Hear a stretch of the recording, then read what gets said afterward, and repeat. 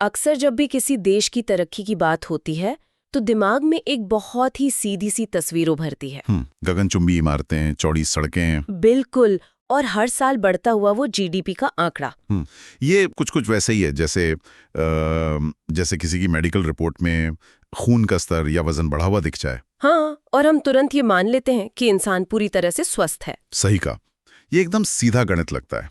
लेकिन आज की इस विस्तृत चर्चा में, या कह लें हमारे इस गहन अध्ययन में, हम इसी मिथक को तोड़ने वाले हैं। आज का विषय है आर्थिक समृद्धि और विकास, यानी इकोनॉमिक ग्रोथ और डेवलपमेंट।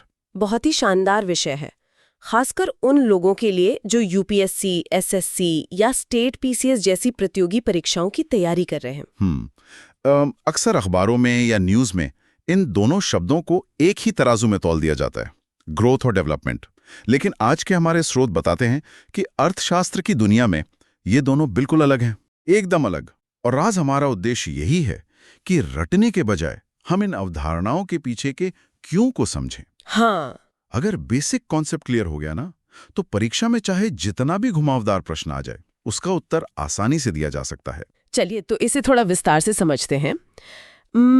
ग्रोथ और डेवलपमेंट को समझने के लिए मेरे दिमाग में एक एनालॉजी आ रही है। अच्छा, बताइए। मान लीजिए एक बच्चा है, वो लंबाई में बढ़ रहा है, उसका वजन बढ़ रहा है, तो ये समृद्धि है या ग्रोथ है।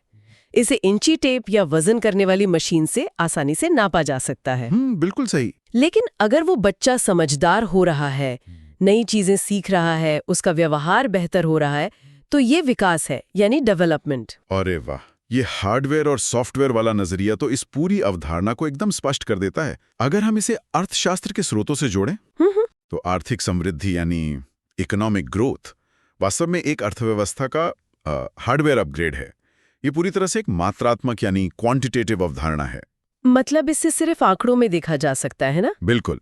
जैसे देश के कुल उत्पादन, राष्ट्रीय आय या जीडीपी में निरंतर वृद्धि होना, ये एक स्थिर प्रक्रिया है। अगर कोई देश पिछले साल 100 गाड़ियां बनाता था और इस साल 1000 बना रहा है, तो समृद्धि हो रही है। इसमें किसी नए नवाचार या इनोवेशन की कोई खास जरूरत नहीं होती। अच्छा, तो अगर परीक्षा के दृष्टिकोण से देखें तो इसे नापने का सबसे सटीक तरीका क्या है? मुझे लगता है प्रति व्यक्ति आय, यानी पर कैपिटा इनकम। हाँ, पीसीआई। इसका बहुत ही सीधा सा सूत्र है, राष्ट्रीय आय को कुल जनसंख्या से भाग दे दीजिए। National income divided by total population. सही। लेकिन यहाँ एक बहुत बड़ा कैच है। परीक्षा में अक्सर ये सवाल फंसाता है। सिर्फ प्रति व्यक्ति आय को देखकर हम ग्रोथ का सही अंदाजा नहीं लगा सकते। अच्छा, तो फिर सबसे उपयुक्त माप क्या है? अर्थशास्त्र में आर्थिक समृद्धि को मापने का सबसे उपयुक्त पैमाना वास्तविक प्रति व्यक्ति आय, यानी रियल पर कैपिटा इनकम को माना जाता है। रियल। यहाँ वास्तविक शब्द का मतलब महंगाई से जुड़ा है क्या? एकदम सही पकड़ा आपने, क्योंकि नॉमिनल आय तो सिर्फ आज के बाजार भाव को दिखाती है। उसमें महंगाई का भ्रम भी शामिल होता है। हाँ, मतलब अगर मेरी आय 10% बढ़ गई, लेकिन बाजार में आटा, दाल और पेट्रोल 20% महंगे हो गए, तो मेरी खरीदने की क्षमता तो असल में कम हो गई ना? बिल्कुल। कागज पर आय ज्यादा दिखेगी, पर असल में आपकी ग्रोथ नहीं हुई। इसीलिए रियल पर कैपिटा इनकम एक आधार वर्ष या बेस ईयर की कीमतों पर तय की जाती है। समझ गई। तो ये तो हो गई समृद्धि यानी ग्रोथ की बात। अब आते हैं विकास पर। अगर आय बढ़ रही है तो विकास अपने आप क्यों नहीं हो जाता? क्योंकि पैसा अपने आप में सब कुछ ठीक नहीं करता। विकास एक गुणात्मक यानी क्वालिटेटिव प्रक्रिया है। मतलब पैसे का असर जमीन पर दिखना चाहिए। हाँ, इसका मतलब है कि आय में वृद्धि तो हो, लेकिन वो पैसा जा कहाँ रहा है? क्या वो समाज के हर तबके तक पहुंच रहा है? क्या उत्पादन के साधनों का कुशल उपयोग हो रहा है? यानी समाज में संरचनात्मक और तकनीकी बदलाव होने चाहिए। सही कहा। ग्रोथ तो अपने आप भी हो सकती है। मान लीजिए मानसून अच्छा रहा, खेती अच्छी हुई, तो जीडीपी बढ़ जाएगी। लेकिन विकास एक सुनियोजित प्रक्रिया है।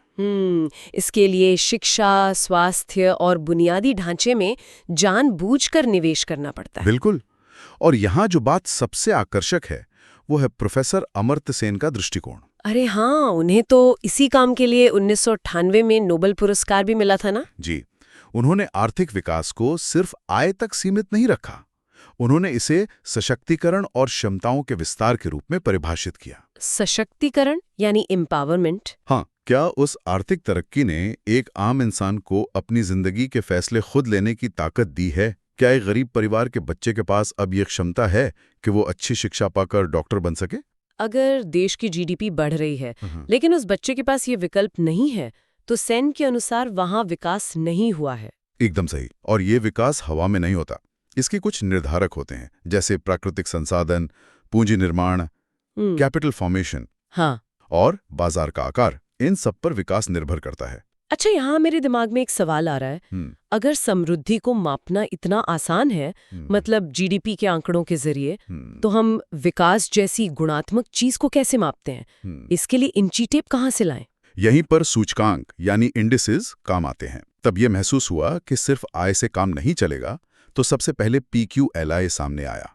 PQLI यानी physical quality of life index. जी, इसे मॉरिस डी मॉरिस ने प्रतिपादित किया था। इसका स्केल 1 से 100 तक होता है। मैंने पढ़ा है इसके 3 मुख्य संकेतक थे: 1 वर्ष की आयु में जीवन प्रत्याशा, शिशु मृत्यु दर और बुनियादी साक्षरता दर। बिल्कुल, लेकिन आज के समय में विकास को मापने के लिए PQLI का उतना नाम नहीं सुना जाता। हाँ, आज तो हर जगह HDI का ही दबदबा है। मानव विकास सूचकांक यानी ह्यूमन डेवलपमेंट इंडेक्स, ये बहुत ही महत्वपूर्ण है। इसे 1990 में महबूबुल हक, अमर्त्य सेन और अन्य अर्थशास्त्रियों द्वारा बनाया गया था। और इसे UNDP प्रकाशित करता है ना? हाँ, संयुक्त राष्ट्र विकास कार्यक्रम। इसमें 3 संकेतक हैं: जन्म के समय जीवन प्रत्याशा, शिक्षा और प्रति व्यक्ति आय। PQLI ने आय को पूरी तरह हटा दिया था, लेकिन HDI ने उसे वापस शामिल किया। क्योंकि एक सम्मानजनक जीवन जीने के लिए पैसा भी जरूरी है। इसका स्कोर 0 से 1 के बीच होता है। अगर हम 2025 के रिपोर्ट के आंकड़ों की बात करें तो 193 देशों में आइसलैंड पहले स्थान पर है और दक्षिण सूडान सबसे नीचे है। भारत की रैंक 130 है, जो ये दिखाता है कि जीडीपी में हम भली बहुत आगे हों, लेकिन शिक्षा और स्वास्थ्य के मानकों पर अभी लंबा सफर तय करना है। बिल्कुल। और यहाँ परीक्षा के लिए एक बहुत ही रोचक तथ्य है। भारत में HDI प्रकाशित करने वाला पहला राज्य मध्य प्रदेश था 1995 में। अरे भाई, ये एक बहुत ही जरूरी फैक्ट है। अच्छा, HDI तो ठीक है, लेकिन यहाँ बात और भी दिलचस्प हो जाती है जब हम पर्यावरण कुज़नेट्स वक्र की बात करते हैं। एनवायरनमेंट कुज़नेट्स कर्व, अगर हम इसे बड़ी तस्वीर से जोड़कर देखें तो विकास का मतलब सिर्फ इंसान का विकास नहीं है। हमें ये भी देखना होगा कि पर्यावरण पर क्या असर पड़ रहा है। ये वक्र पर्यावरण की गुणवत्ता और आर्थिक विकास के बीच का रिश्ता दिखाता है ना, एक उल्टे यू के आकार का ग्राफ। बिल्कुल। शुरुआती दौर में जब कोई देश तरक्की करता है तो वो पर्यावरण की परवाह नहीं करता, सिर्फ आय बढ़ाना लक्ष्य होता है। तो प्रदूषण तेजी से बढ़ता है। हाँ, लेकिन जब लोग अमीर हो जाते हैं, बुनियादी जरूरतें पूरी हो जाती हैं, तो वो साफ हवा और पानी की मांग करने लगते हैं। सही कहा। तब देश ग्रीन तकनीक में निवेश करता है और प्रदूषण नीचे आने लगता है।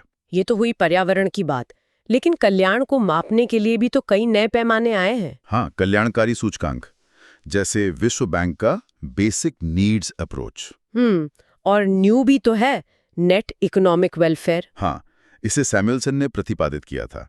ये MEW का ही सुधरावा रूप है। और एक ISEW भी है, index of sustainable economic wellbeing. बिल्कुल, जिसे 1989 में पहली बार डेली और कॉब ने जारी किया था। जो लोग परीक्षा की तैयारी कर रहे हैं, उन्हें इन सूचकांकों और उनके प्रतिपादकों की जोड़ियां मिलाने वाले प्रश्न अक्सर देखने को मिलते हैं। हाँ, मैच द फॉलोइंग में ये बहुत आते हैं। अच्छा, आप एक व्यावहारिक सवाल, हम दुनिया भर के देशों के जीवन स्तर की तुलना कैसे करते हैं? इसके लिए विश्व बैंक PPP का इस्तेमाल करता है। परचेजिंग पावर पैरिटी यानी क्रय शक्ति क्षमता। जी, क्योंकि विनिमय दर या एक्सचेंज रेट से आप सही तुलना नहीं कर सकते।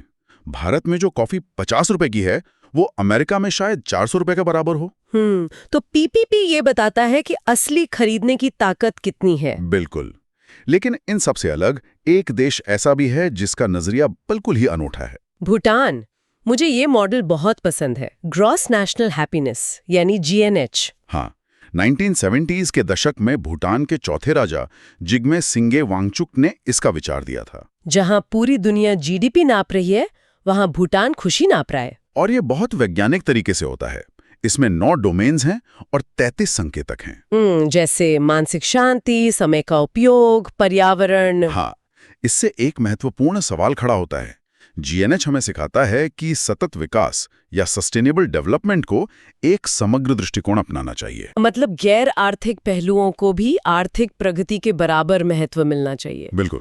तो इन सब का क्या निष्कर्ष निकलता है अगर हम आज की चर्चा को समेटें? तो हम कह सकते हैं कि प्रतियोगी परीक्षाओं के लिए ये समझना सबसे जरूरी है कि समृद्धि केवल एक संख्या है, जैसे जीडीपी, और विकास उस संख्या का समाज के वास्तविक सुधार में बदलना है, जैसे एचडीआई, शिक्षा, स्वास्थ्य और खुशी। एकदम सटीक। जाते जाते एक विचार है जिस पर सबको खुद सोचना चाहिए। जी। जो स्रोत हमने पढ़े उनसे एक कदम आगे की बात है। हाँ, बताइए। जरा सोचिए, अगर पूरी दुनिया जीडीपी के बजाय सिर्फ जीएनएच यानी ग्रॉस नेशनल हैप्पीनेस को अपनी सफलता का मुख्य पैमाना बना ले, तो क्या हमारे काम करने का तरीका आज जैसा ही रहेगा? बिल्कुल।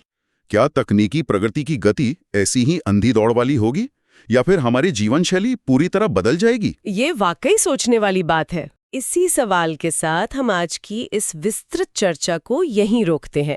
हमारे साथ इस विषय की गहराइयों में उतरने के लिए बहुत बहुत धन्यवाद। धन्यवाद। अपनी जिज्ञासा को ऐसे ही बनाए रखिए और कुछ नया सीखते रहिए।